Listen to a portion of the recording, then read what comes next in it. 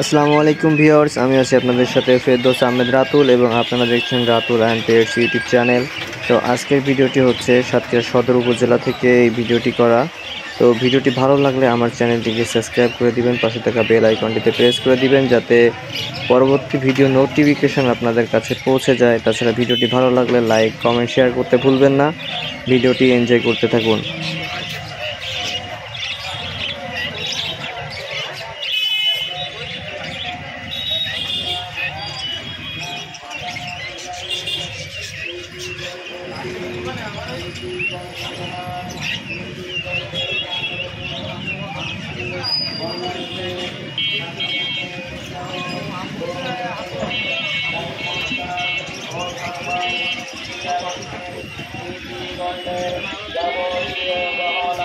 আজ চলে আসি